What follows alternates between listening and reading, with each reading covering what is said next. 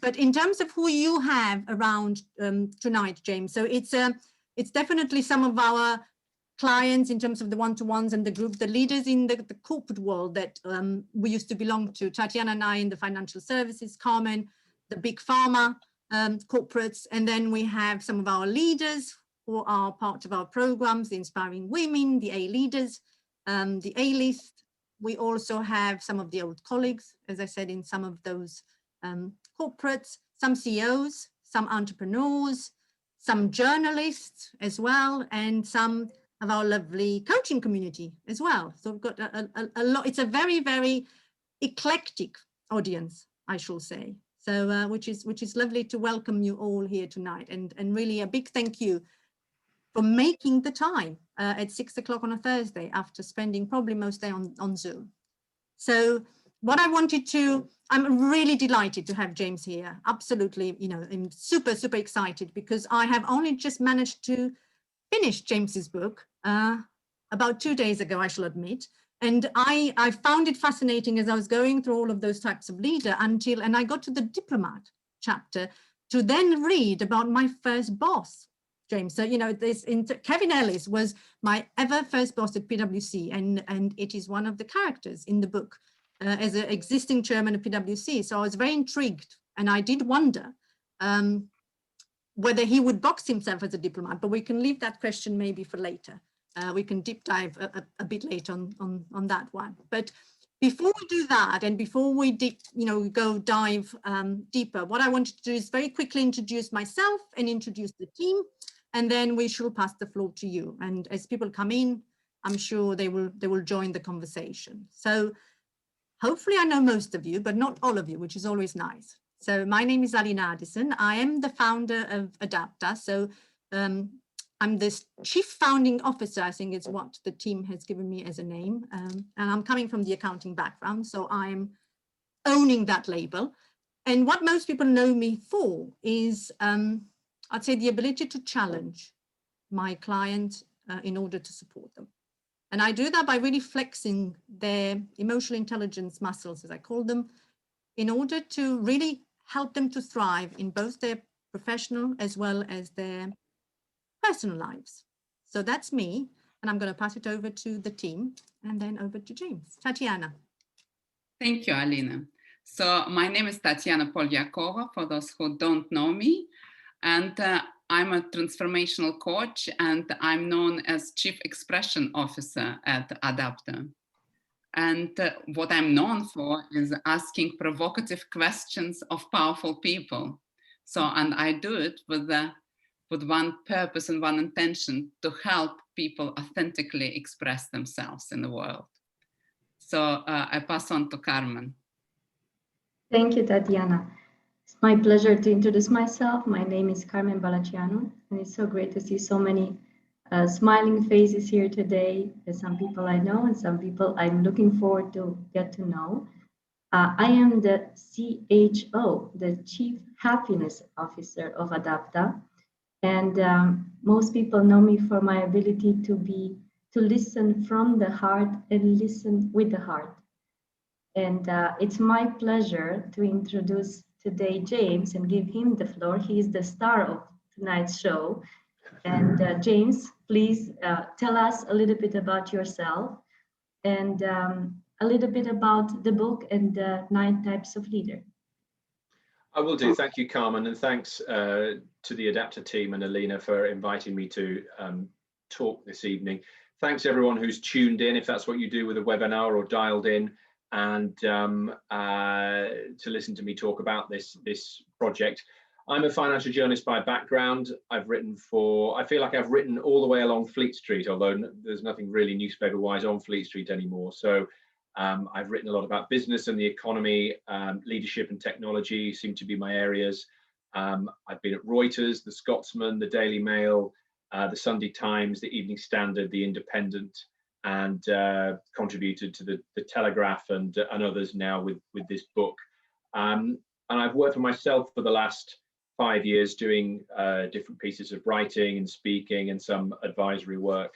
And it was always my ambition to to produce a book. It felt like there was something in all of the journalism that I'd done that I could look at in a different way, in a horizontal way.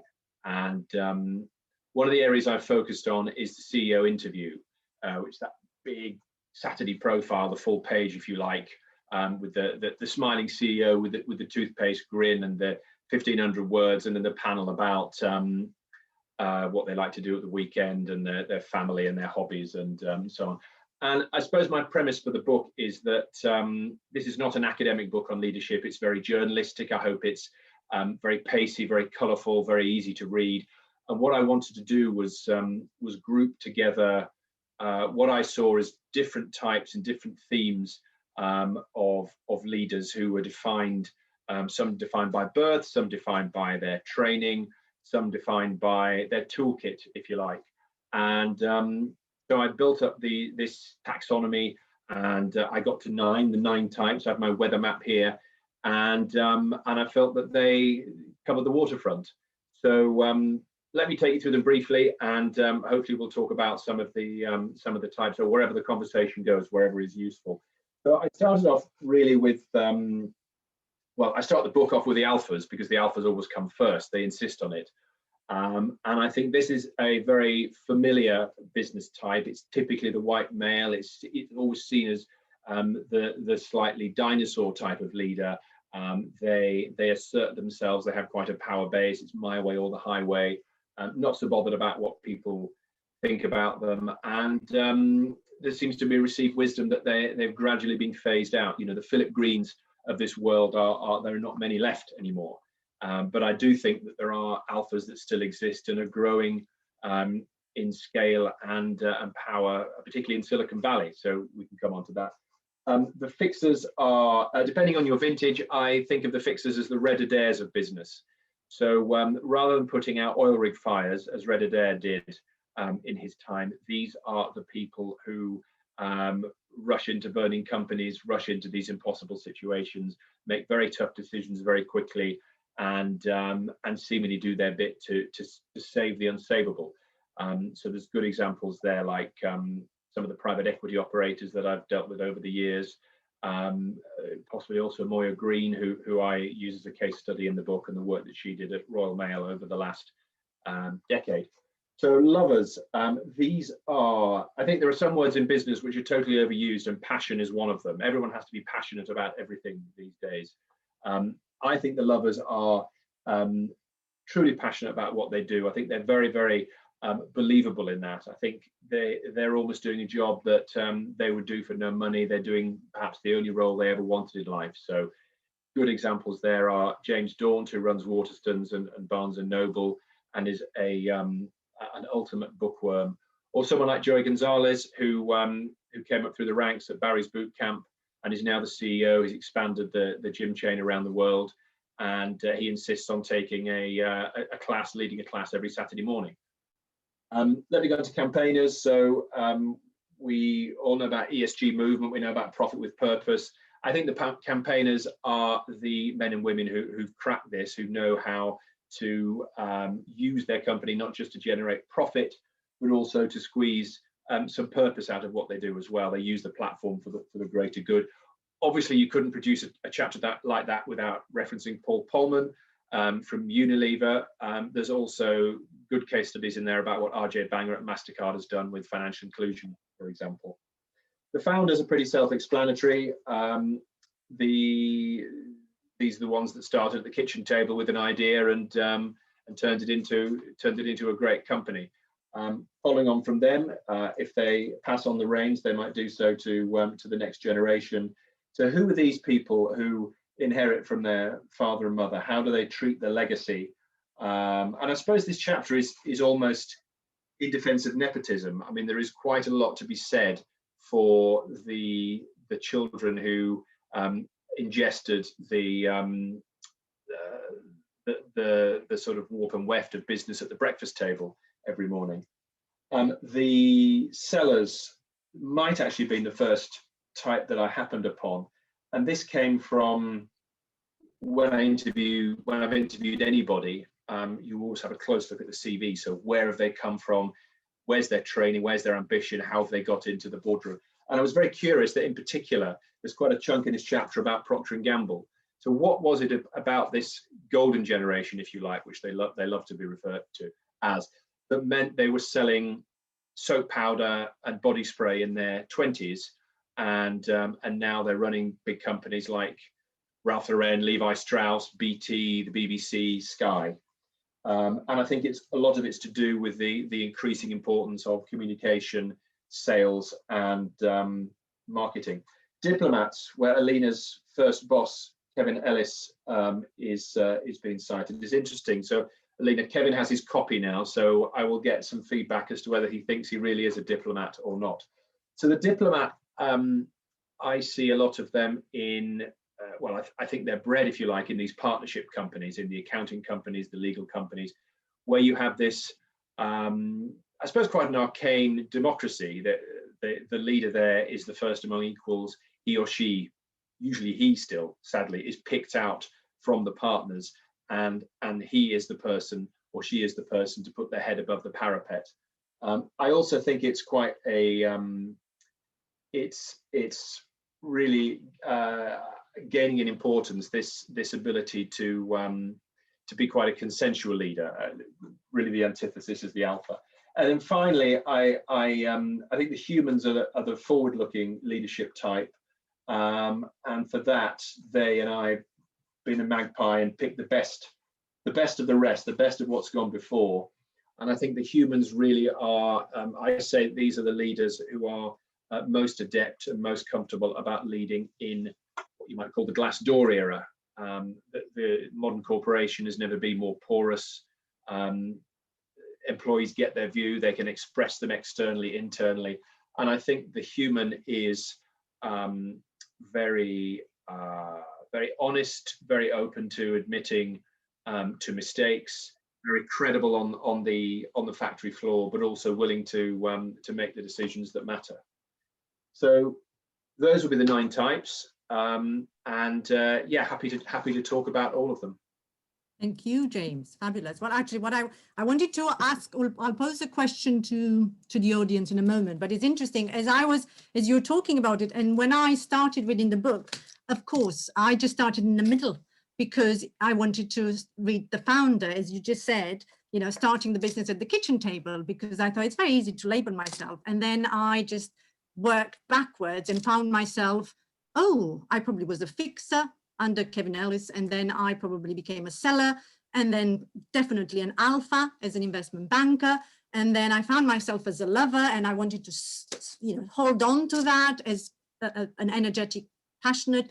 And then it's interesting as that sort of journey to, as you said, the aspirational human to some extent.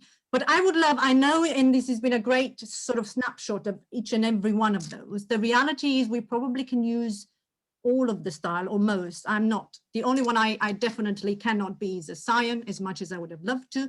But otherwise, I think we have a preference. So I would love to ask the audience, and let me just, I will do a poll. Let's see if it works. And I need some sort of, Genevieve or someone to let me know whether you are seeing the poll. Fantastic. That's good, yeah. So the question is, what type of leader do you aspire to be?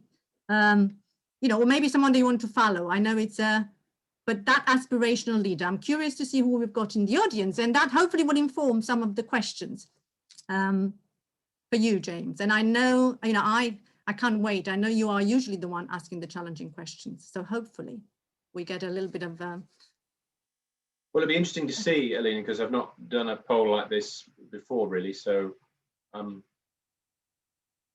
yeah, no, and it's good that you're 8 out of 9 chapters. You are very nearly the ultimate leader.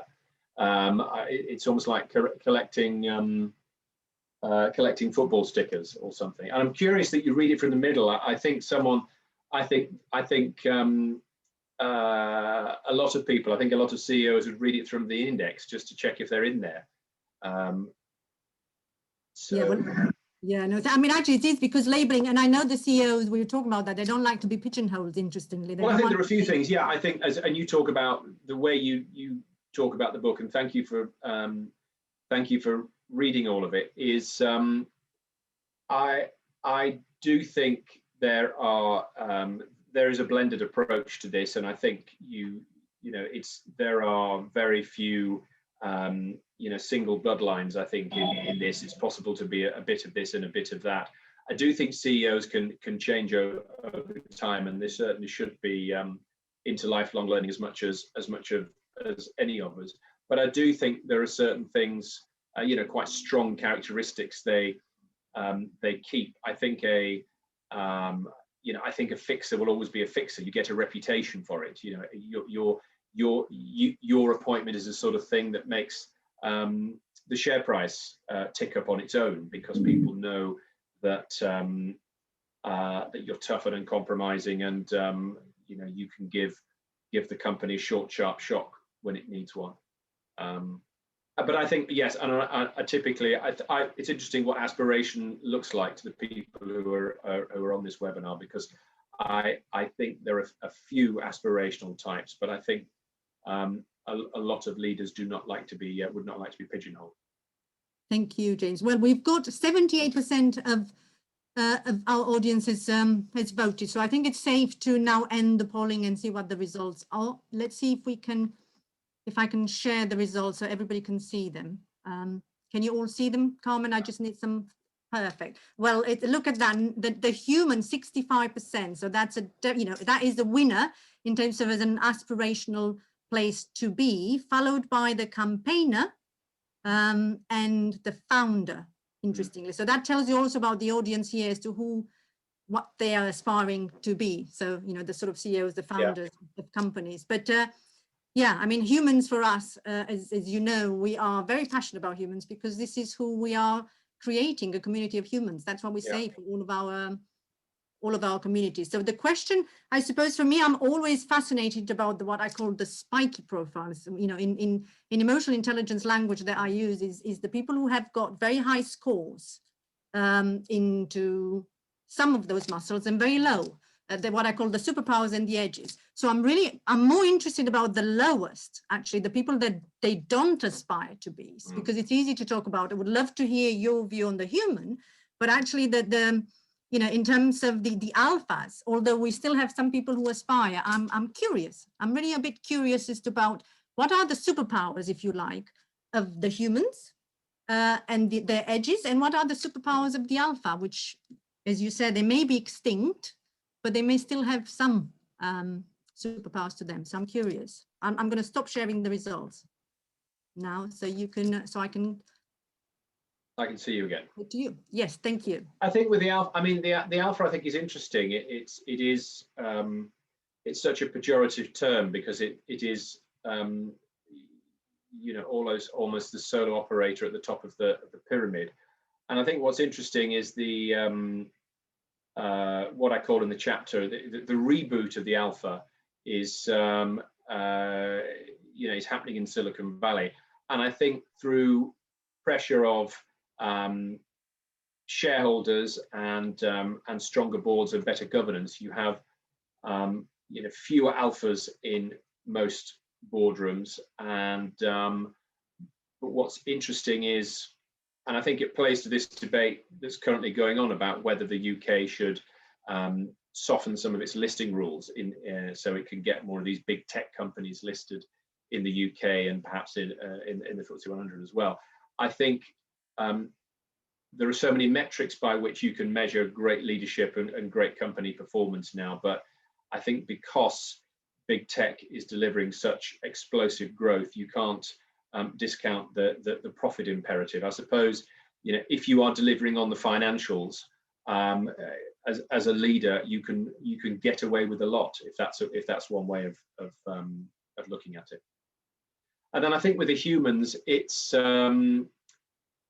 I think it's the ultimate in I'm told followership is a word. You'll tell me maybe if it's not. The idea that the really credible way in which a leader can explain to a workforce that that they're on a combined journey and trying to achieve something forever, something together.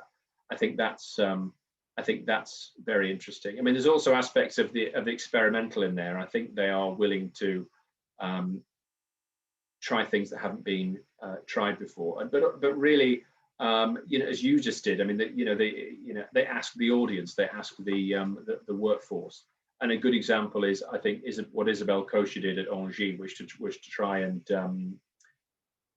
transform that company, one of really dirty energy company, into one of the cleanest in Europe. And she was doing it, and doing it very credibly. And there was a fallout with the board. It didn't finish, but I think she was a very good example of a human leader. Tatiana, I can't wait for these. You're looking at me now, and you said you asked provocative questions of important people. I've been trying to do that for 20 years, so I know. I need to rebrand myself as an expression officer.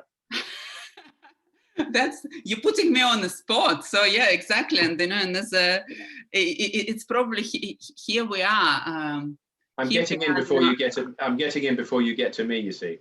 I know, exactly. So you got one score on me. Very, very well done. And actually, do you know what? You kept on asking all those leaders provocative questions, and I'm sure been on an airplane together with Richard Branson, and so I'm just wondering, what would you have asked yourself?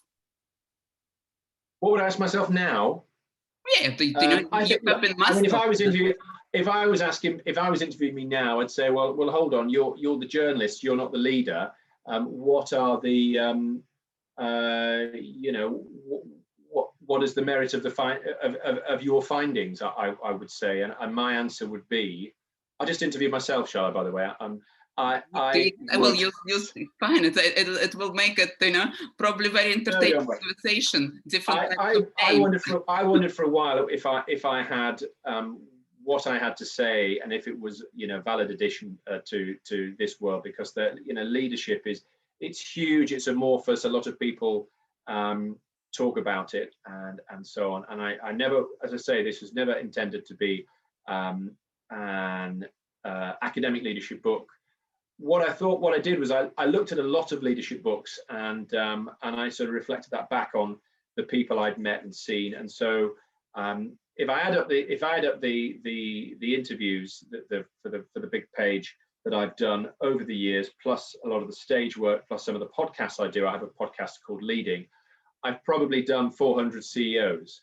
So, and just picking out those patterns, I thought there was interesting things to draw from the methods, when they started thinking about getting to the top, how they started out, and how they do it when they get into the CEO suite. So I think that. So I think I would like to think there's plenty to learn from someone who's observed a lot of leaders at work, and I think also the prism of this 45 minutes or 1 hour that I might sit with them, which is the minimum, is quite a good prism for sussing them out. I think so many, I think I talk about in the book 3 key abilities that good leaders need. It's purpose, authenticity, and delivery. And I think the key one there is the authenticity. It's quite a word at the moment, like passion, but if you're not believable, if you can't be a leader sat with a journalist and be believable, that you actually believe in the cause and that you're here to do good stuff and you will achieve it, then how on earth are you going to convince institutional shareholders, and more importantly, your own staff? So, you would expect me to say I'm a great believer in the power of the of interface with the media. So thank you, James. What I'm really interested though is, well, we have worked, or I worked with a lot of leaders, and supported CEOs with their financings and coach leaders now. And actually, what I noticed is that a lot of them are very changeable. So sometimes they show up as alphas, sometimes they might be fixers, like working in consulting, as Alina says in private equity. But actually, they're all amazing diplomats, or many of them are amazing diplomats. So what I'm wondering is, and also in coaching and our work, we always ask for permission. So, if we're going to release any information or do any pigeonholing, it would be all done with the permission of our clients. So I'm wondering, have you asked for permission for the people you interviewed to kind of put them in all those different categories? Well, no, I mean, because they're not my client. You know, my employer or my client, if you like, in each of these instances was the publication, you know, that I work for. So no, this is all this is all, you know, from a journalist point of view, it's in the bracket of fair comment. So no, there's no, I mean, there's a few, I mean, if I can explain how I constructed the book. So I went back over a lot of these interviews and tried to populate these 9 types. There's quite a number of these CEOs I went back to talk to again, because obviously what you get from someone in a first interaction to populate a newspaper article is not perhaps the depth or something that you might want to cover off some of these themes and approaches. So someone, for example, like Moya Green, you know, I'd known Moya for a while. I interviewed her while she was at the Royal Mail. But to go back to her and talk in retrospect and really talk about these fixer moments, about the thought processes that she went through, how she dealt with her people, the fact that you know, it wasn't a popularity contest. That was they were very valid conversations to have, and there's quite a number of those. And then the third thing I did to layer it up, if you like, is go out and find new leaders. I'm conscious I needed to you know, diversify some of the voices in the book and also internationalize. So there were new bosses I went to talk to. So Jiang Rumin, who runs Haier, the Chinese electricals brand, I interviewed him. RJ Banger from MasterCard, who I had down as a campaigner, and lots of others. I mean, Jean-Francois Decaux, we all know the billboards company, the bus shelters, and he is a scion. So he told me the story of how his dad sent him to Germany and said, if you crack Germany, you can join the company. And so his first day, he had no office and no phone, so he was stood in a call box in the center of Hamburg. So no permissions. Yeah, it would be interesting to know how they are going to react, you know, once they read it. What's their views as well? Yeah, of course. I mean, I think you know, broadly, so the reaction has been you know, quite positive. Some of the people who feature in the book have seen it; they've endorsed it. But no, it's not. I think if I went round and asked people about which chapter they belonged in and which type they were, I think the book would never come out. Great point there, James. Oh, I hear an echo. I hope we can fix that. Right. I was really fascinated with the humans, and I saw our audience is also aspiring to be a human type leader. And as you know, we have our A-list leadership program in which we aspire to bring more out of that human character in our leaders. And I was wondering if you see anything that could stop human leaders taking on big leadership positions or holding on to big leadership positions. Do you see any deterrents into being a human type leader? I can only think of being. I can only think of you know, is there such a thing as being too honest? I'm sure that there can't be. I liken it to this.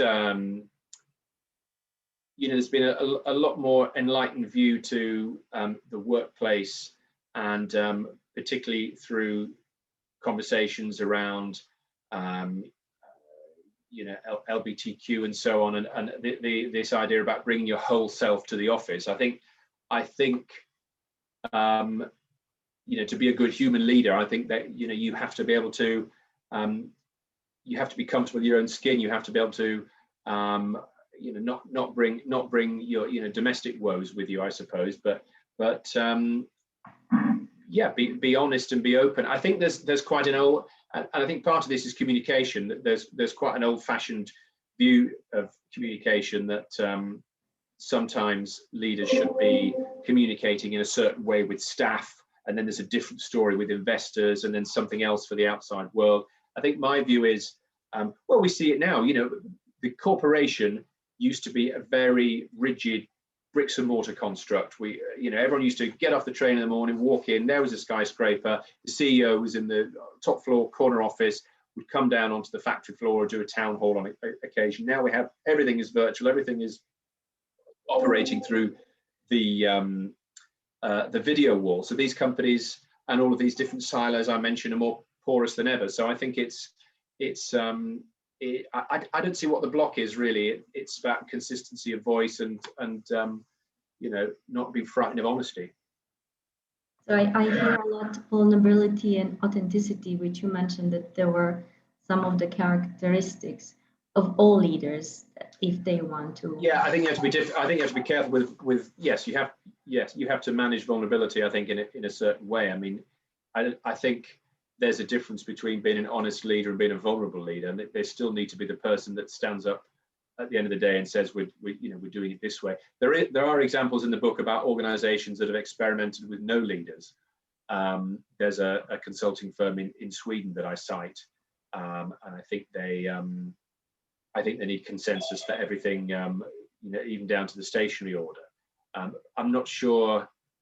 I think there are examples, and actually we're straying into diplomat territory. I think those sorts of organizations are much better at maintaining the status quo. But I think you know, you really need a leader who can make the decisions and push the organization on. Thank you, James. I'm really keen to get the audience involved, as we've had quite a lot of questions on the chat.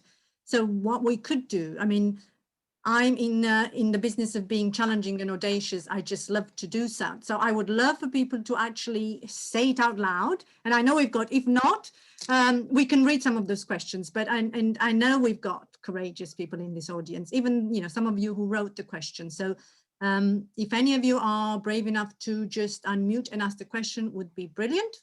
If not, I can ask, you know, I can just read one of those questions for James. I have a question. Fabulous. Thank you, Shona.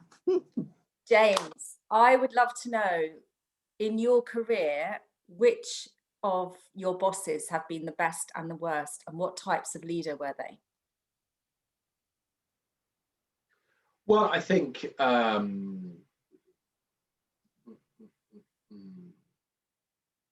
no, I think there's something about, you know, newspapers is seen as being, well, I suppose the right answer, would be I've been my own leader for the last 5 years, Shona, and that's been absolutely brilliant. No, but that's not very, that's a bit of a cop out. I've been really lucky in newspapers to work in newsrooms run by Paul Dacre at the Mail and by John Witherow at the Sunday Times, and I think there's something about newspapers that is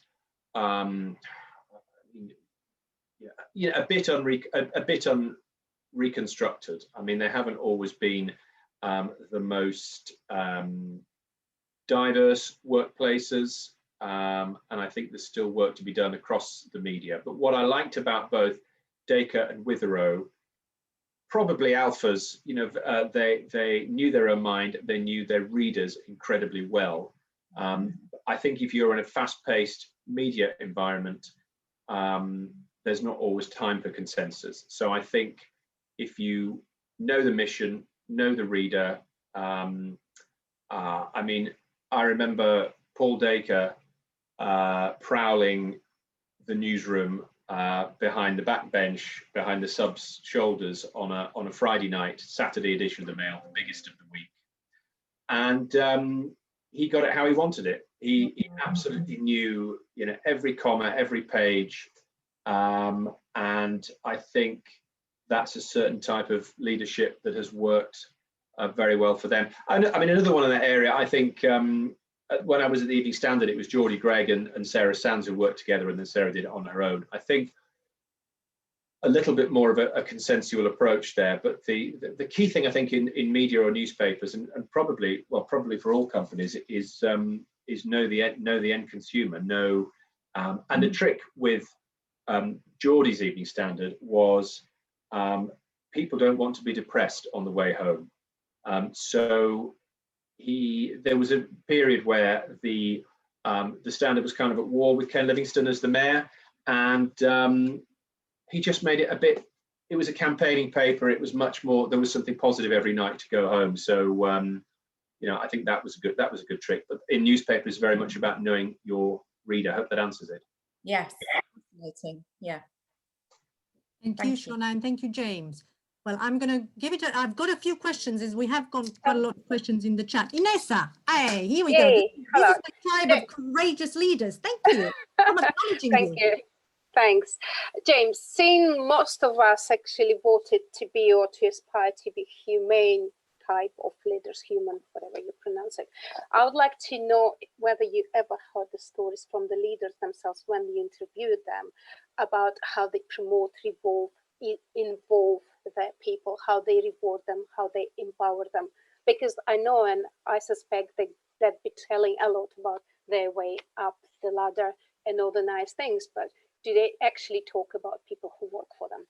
Thank you. Sorry, do they talk? Well, I mean, quite a lot of the time, their reluctance to be interviewed they would say, oh, well, it's not about me, it's about the team. And look at all these wonderful people I've got around me. And I think that's all fine, but you know, you're getting the big bucks. The buck stops with you. You have to stand up and be counted. And that's why I really believe in, you know, I think it's so important for these good leaders to be able to communicate and with the outside world. I think there's something about testing them out through almost a third party. There's something. It's quite enlivening if you're within an organization to see the boss in the Times or the Telegraph or on the BBC actually saying we're doing good things for our company and for our customers and so on. And so the other part of your question, so do they talk about how they reward and empower their employees? You know, they're leaders because they lead us, the rest of them. Yeah, how they empower them. I think they talk a lot about I think they do talk about personal responsibility. It is amazing. It is interesting in some companies where they've got several 100,000 people below them. I think there's a certain type when they get to an organization that's so big. I think you have a sense that they have a strong connection with the team directly below them. So say certainly the board, the top 30 to 100, and then they probably have some kind of superficial link to people right on the factory floor. And as to what's going on in the middle of the organization, I imagine they have no idea whatsoever. Yeah. But then they are, you know, I think for those that pretend to know everything, they're not really being. They're not authentic. I think you have to. I mean, I think how they manage their time is always a fascination to me, and that's why usually with these interviews there's the box which says I get up at 5:30, I go to the gym for 3 hours, I have 5 conference calls with people all over the planet, you know, and they say, I mean, I think it's interesting how they carve up that time. I remember interviewing Hans Vestberg, who was running Ericsson, the Swedish telecoms company at the time, and now he's running Verizon in the States. And he admitted to me, he said, look, you know, I really haven't got much time. I actually have people on my staff who read books for me, and then they give me just like a short, a one-pager or something. Thank you. Thank you, Ines, and thank you, James. Any other courageous? I have a human? question. Tom, thank you. Of course, thank you. I have, it's kind of 2 questions in one. The first is that well, first of all, I'm really excited to read this book. It sounds fascinating. I will, absolutely. I see a few of those types in myself. Like there's a founder in me, there's a lover in me, there's a human in me, a diplomat for sure. And I wonder whether in your experience of talking to all these people, would you say that these 9 types are in all of us to some degree or other, or does each person have one type? And then following on from that, like once we understand our type, what do we do with that? How do we how do we use that to develop further as a leader and become more? I give myself, Tom, I give myself a get out in one of the early chapters and say, look, there are a lot of mixed bloodlines. I think you can find those one type leaders, or where one type dominates all else. But I think, yeah, I think it's, as I said to Alina, I think bosses do develop over time. I don't think they develop as much as they think they do, because no boss wants to be left behind. But I think there are mixed. I mean, some of them obviously, if you're a scion, I mean, if you're lucky enough to get the keys to the castle off your parent, then you will probably always be defined as a scion, and there are plenty. It's remarkable. I'm really fascinated by family businesses, and that's where that chapter came from. I thought it could have been a book, actually, how you deal when it's the smallest violin in the world, isn't it? Oh dear, I've inherited a multi-billion-pound business from my parents. How do I run it? And some do incredibly well, and some crash the car because they run away from the legacy. So what do you do with the type? I think in most cases there is I think hopefully I identify them and then challenge them a bit. So I think with the lovers, I mean, I think the lovers are great because they're so believable. So I mean, someone like James Daunt, he had a few years in investment banking, hated it, took out a whacking great mortgage and bought his first shop, because he ran Daunt's, of course, before he went to Waterstones, and he bought the big shop on Marylebone High Street in London, and it was really all he ever wanted to do, and he's done it ever since. So I suppose with the lovers is, if you are so passionate about this enterprise and you're so credible, are you actually strong enough to take the big decisions? Can you, will you really cut out that layer of middle management? Will you, will you really, I don't know, stop the staff perks, or will you act almost with fixer-like tendencies if you are such a passionate leader? And I think there's good evidence that they can do that. So I think the Daunt example is, he saved Waterstones. I mean, Waterstones was going to be the next Woolworths in the UK until he came along, and he did sack people, but he also got everyone behind him, and he was utterly credible. I think with the fixers, the challenge is, if I think fixers are very good at getting their arms around the situation quickly, because they've got to, because typically their company's running out of money. But I think they're also very good at managing personal risk. So someone like Moya Green, they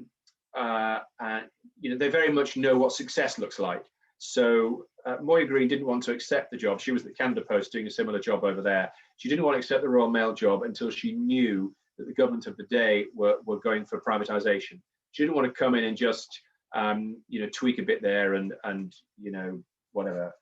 She wanted to know that it was a complete transformation, and that was a point at which she could do it and then get out and say, I've done what I say.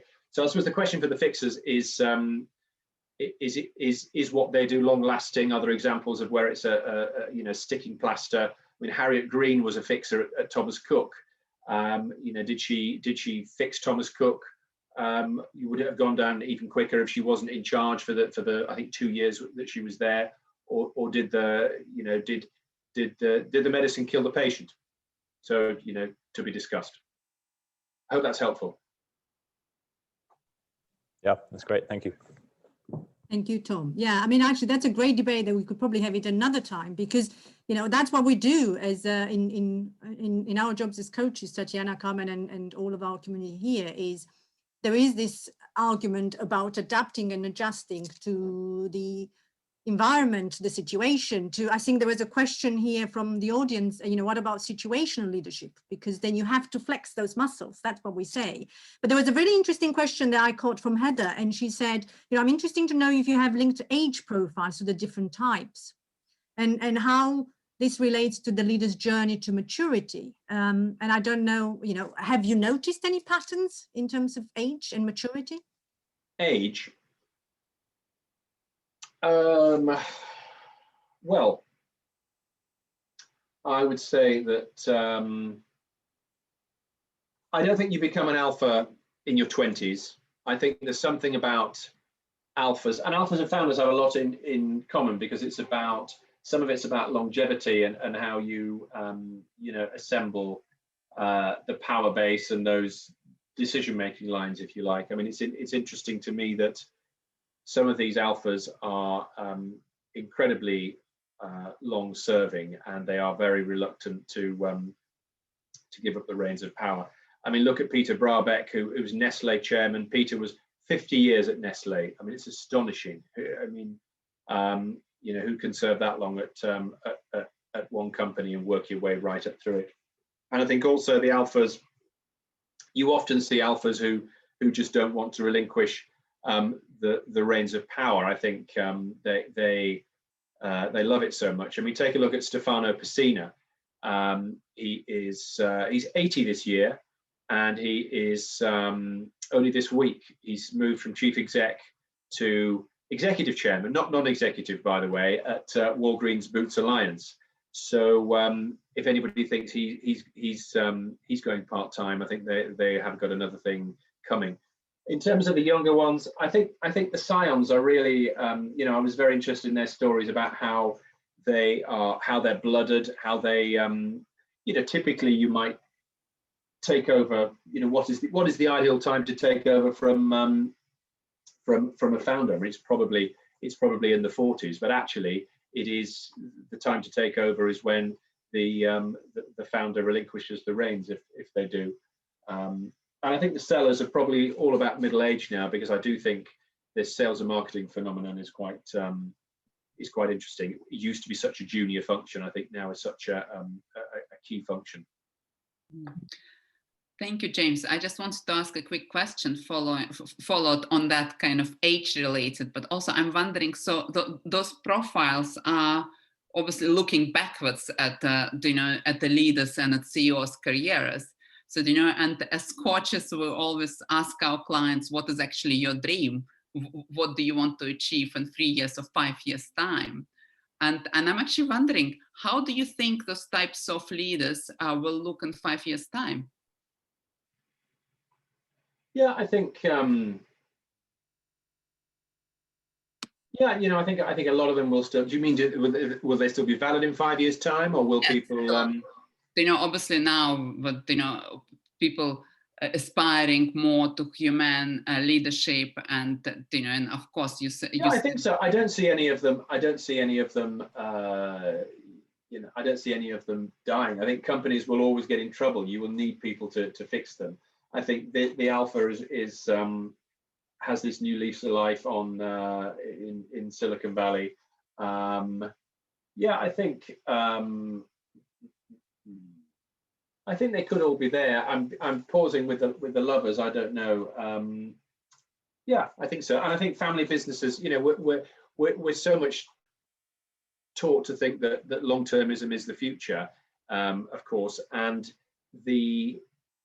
I mean, what's remarkable is, to me, is how so many of the companies I wrote about have been around for 50 years or 100 years or more, and they're not only still in family hands or family leadership. I mean, look at Santander; it's been led by a Botín for pretty much a century, and they keep, you know, thriving and reinventing themselves. James, there is a very interesting question from the audience from Tracy Kogan. I wonder if she dares to speak up. Hi, yeah, I'm happy to ask the question. So, James, I don't know how many interviews you carried out during 2020, but I'm just wondering which of those types of leader are managing better during the pandemic. And my supplementary question was, I've worked for 25 years in the NHS, and I just wondered whether you'd interviewed any public sector leaders or NHS leaders. Yeah, I mean, so during 2020, I did half a dozen for Times and the Telegraph, actual newspaper interviews. I didn't do as many as I usually do because I was writing 2 books, and so but for the book, I was writing. I talked to a lot of leaders about what COVID would do, what the changes were, and I suppose from April, May time, the overriding message I got back was, yeah, this is absolutely, this is the greatest test of the century or a generation or whatever. People, it was difficult to put numbers on it, if you like. But a number of leaders that were interesting to me, Tracy, said, but don't think this will change everything necessarily. And I think what we've seen is that it's accelerated a lot of trends that were already there. I think, for example, we're all video calling, grandma more than we used to do. We're all ordering in more food than we used to do.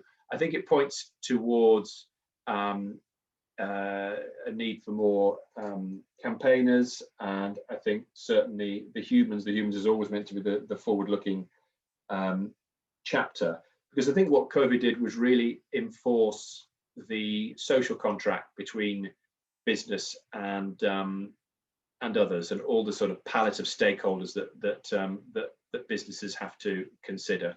In terms of public sector, there are a few in the book, but on the podcast in particular, which is called Leading, I do a really broad brush on leadership, which is leaders from business, charity, art, sport, technology, and just really to test the theory that whether you're running a charity or a multinational company, there are so many strands and so many things in common. And there's been a few in the NHS. I see it, there's so many overlaps. I think it's about how you look after your people and also get the best out of your people. The chap that runs Great Ormond Street was a really good interview. Actually, he shared an episode with Alina's old boss, Kevin. So it was PwC meets Great Ormond Street. And it was a really great conversation. He was this went out pre-COVID actually, and he was very honest about the stresses and strains of their staff survey had come back and it wasn't very good. People were not happy because they were under a lot of pressure at the hospital, as you can imagine. So he'd set out to make that metric in the staff test one of the things he had to improve. And so there's a lot of others I've done. I think I put some of the charity bosses into the book, and I think there's an interesting time at the moment where the charity bosses are acting more commercially than they've ever done. I interviewed the boss of Bernardo's recently, and he talked about revenue shortfall and closing shops, whereas the corporate CEO in maybe the campaigner mode is thinking, well, I need to be much more thinking about community alongside profit. I hope that's helpful. Thank you, James. Yes, and I'm sort of aware of time. I wanted to, and I'm just putting that out as a request to the team, because I know Tom said he wanted to get the book. So if we can just put a link to buy James's book into the chat for any of you who want to. That's what, in a way, I want to wrap up to say a big thank you to you, James, for giving us just a small insight into the book. So if any of you would like to buy the book, I'm sure we can find it on Amazon as well. But I think we put the local bookshops trying to be a bit more human. Yeah, it works on all of them. And my link, I've got a link tree in various places that offers the choice between the local and the multinational. Fabulous. Thank you. And actually, I mean, for me, the biggest insight as coaches, we're always looking for insights. I'm sure some of you, even some of our clients will know that. We always say it's not the information, it's the insight. Is the fact that 70% of people here aspire to be human. And so I'm going to take that away in terms of what do we need to do to become more. And I think the question about this new generation, I mean, I've got a 17-year-old at home. I think they will request a more human leader. That is the reality. I don't think they're going to put up as much with the alphas of this world. So and so we are. I mean, we already mentioned some of our programs in terms of the Inspiring Women, the A list, and we can maybe put a link for you. But we will follow up with an email. Also, someone asked about the recording, so we will also share the recording if you wanted to go back to some of the insights from tonight. And James, I think for you, we'll buy the book, hopefully. I love you've got it. I love it's got little markers in all the chapters, Alina. You're a lesson to us all. Thank you. No, actually, my only regret, interestingly, is I know my clients and our clients here, they know that I absolutely love the sort of audacity. Is I wish I finished this book earlier, so I could have just invited Kevin. But I did send an email to him and said I've missed the opportunity, but hopefully I can reconnect, because actually I know that. Wanted to say thank you to Shona for making this happen, obviously, as your sort of book publicist here. So thank you, Shona. And I'm sure, we all measure success in different ways. And Shona will say, if you can all tweet, I don't tweet, but if you can, if any of you enjoyed it, please do that for her as my best friend. For us, it's the success is connection. So it's wonderful. I think we had 75 people at some point on this call. So that's fantastic. For us, that's a measure of success, to connect. And stay in touch, of course, in terms of our LinkedIn or come, all of those 70% humans. I would love to just have that invitation to connect with us, because that's what we want. We want to create a community of humans, of course. Some of you already know that through our programs, through our retreats and everything else. So, for me, I am really, really grateful to have you all here and to aspire to be humans. So, oh, my Twitter at ADAPTAA, who did that for me? Thank you. I wish I didn't see that. I don't use my Twitter. Maybe that is someone is audaciously asking me to become a Twitter. I'm not sure. I can't make that promise, as in front of everybody. But thank you. I don't know whether there is any other, maybe an insight from you, James. I mean, that's sort of, I will put it, what is the biggest insight having been through this process? I'm curious. I quite liked, I wrote a bit of it backwards, if you like. So there's insights about the 9 different types, which I was pleased to tease out. And as I said to Tom in the answer, just to test out, when you find this characteristic, then what's the big question about them? So are the lovers just too nice to do the tough stuff? But I also quite like I needed a chapter which said, well, how do these people get there? So, and this has been teased out in 1 or 2 columns. So I think for High Life at British Airways, I called it the 10 tips to becoming a CEO. So what were the common threads? What did they do in their 20s or their 30s? What attracted them? Why was the recruiter attracted to them, and so on? So I think that's quite interesting, how driven you need to be, and how all the things that you do outside the classroom that make you good leadership material, good recruitment material, and so on. So I think that was quite interesting to pull together. I would say my Twitter is at Mr. James Ashton, and I mentioned the podcast, that's leadingpod.com if anybody is interested. There's 60 CEOs on there talking about how they learn to lead. Fabulous. Thank you. Actually, that's the one thing I think there is a lot more than just the book, the interview. So if people wanted to access that, there's a lot more to it.